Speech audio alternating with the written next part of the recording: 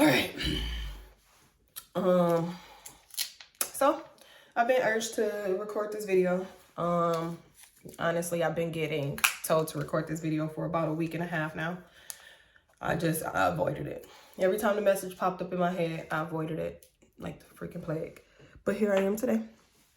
And I just kind of want to, why I want to record this video is to just show that as a life coach, my life is not perfect. As a life coach, I'm more of a vessel. So I go through things in order for me to learn how to process it, learn how to heal it, learn how to be able to coach it to my clients. And that's how I think of myself as a life coach. So as a life coach, again, my life is not perfect. I don't have everything perfectly done. I don't have everything perfectly laid out. And I did not have a perfect life. So that's kind of where I want to go with this starting out, and just, this is kind of a step for me to be more vulnerable. I never really was vulnerable or had the chance to be vulnerable growing up. So it's kind of new for me, but honestly, everything that I want and everything that I am going to get in my life is going to be on the other side of that. And I got to keep telling myself that. So I just wanted to talk about one of the childhood traumas that I endured and I've overcome.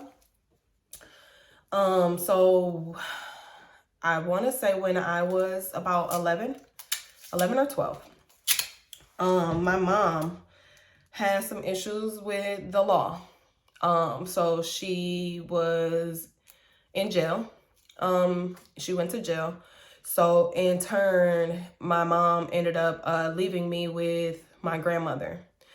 Where my sister was, I don't know. Maybe she was with her dad. She had a better relationship with her dad growing up than I did. And my brother, he was honestly in the streets. So I'm not sure on if he was already in jail or if he was just ripping and running the streets of Milwaukee. Like, you know, it is what it is. That's life.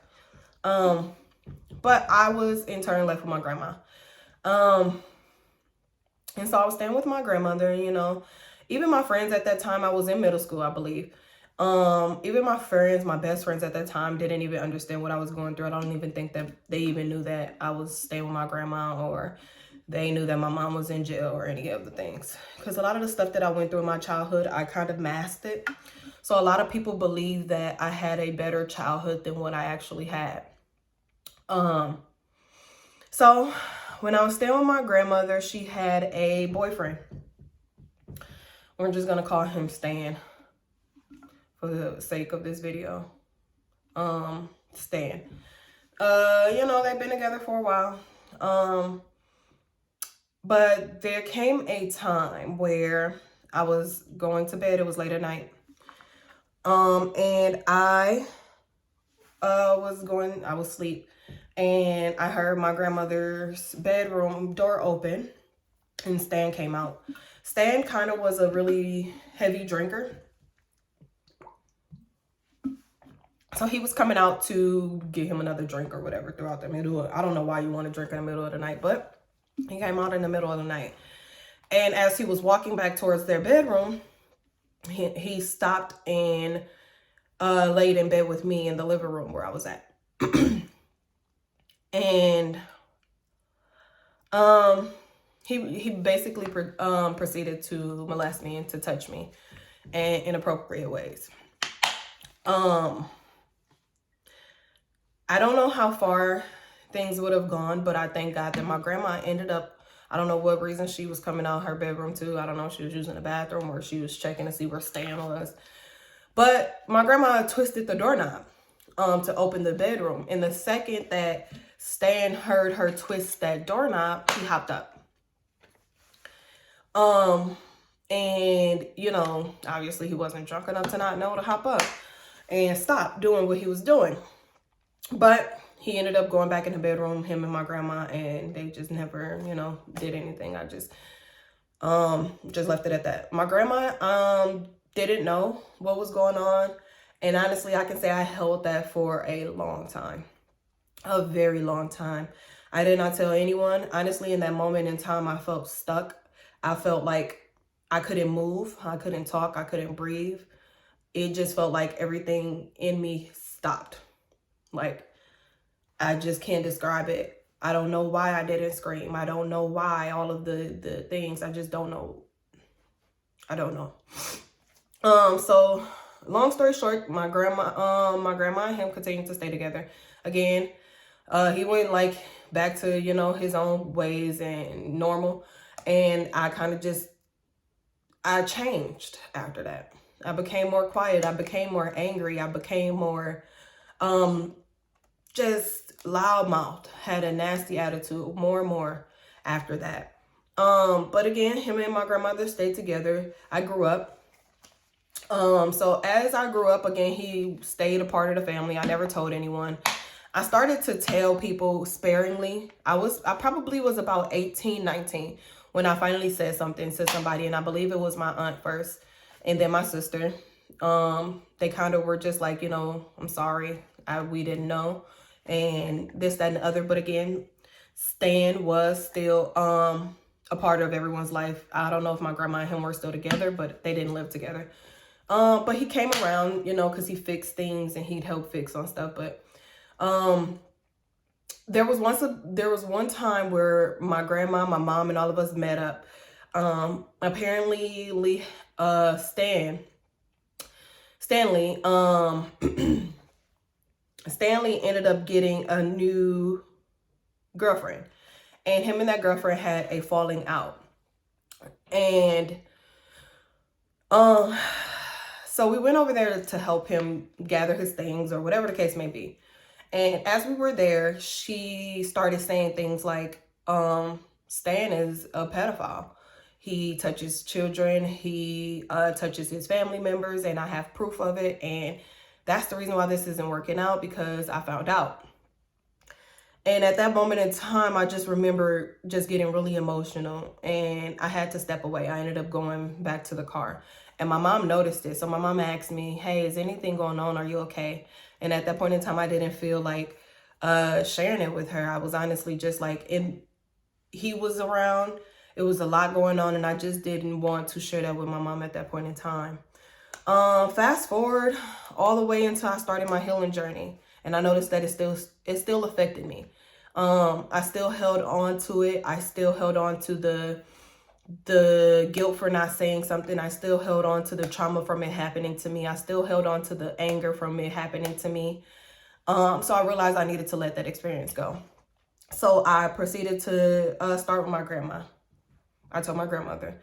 My grandma was just, she said she was sorry. She just didn't know. And, you know, she just was like, you know, just really just remorseful for the situation. So the last person that I ended up speaking to about it was my mom. My mom, after I told her, felt really guilty.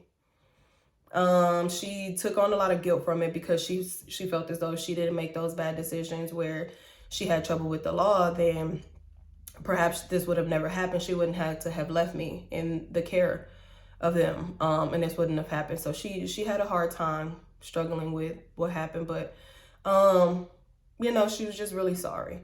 But after I did that and I started to let that go, I went through a whole healing process of talking to little Dominique, allowing her to just be free, releasing her. Because honestly, when we go through traumas, we get trapped.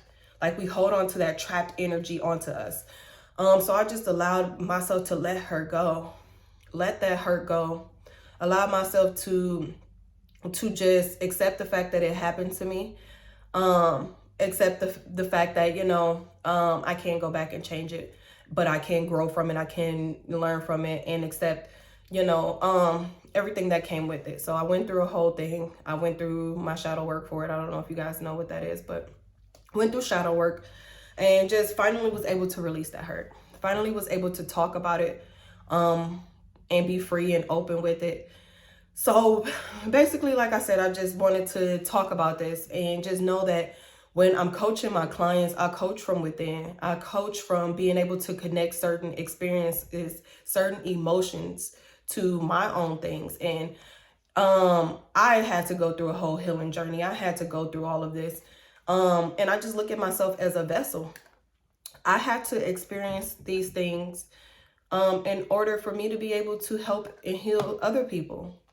So honestly, I just wanted to just share this experience. This is part of me being vulnerable. This is part of me letting you guys know that, again, as a coach, I did not have a perfect life. I grew up, I've seen things, I've been in things where I should not have been, but also it built me up to be here today, to be able to speak today about these things, to be able to let you know that I've overcome them, I've released it, I've worked through it. And just know that we just don't have perfect lives, and that's okay. But having someone to talk to, having someone to help walk you through on how to release that hurt, on how to heal yourself through that, learning how to write things down, learning how to release those energies that we trapped into our being from traumas that we went through. That's just how I coach. So I coach from within and I coach from the heart. So honestly, like I said, I've been urged to record this video. So it must be something in it. It must be a message in it for someone. But that's just a story that I had today. I hope, again, it helps someone who may have went through this. And if you still haven't spoke up, just know that it's okay. It's okay to do that. It's okay to speak your truth. It's okay to speak what goes on. Because the longer you hold that in, you'll never be able to heal from that. You'll always carry that hurt. You'll always carry that what if I did say something.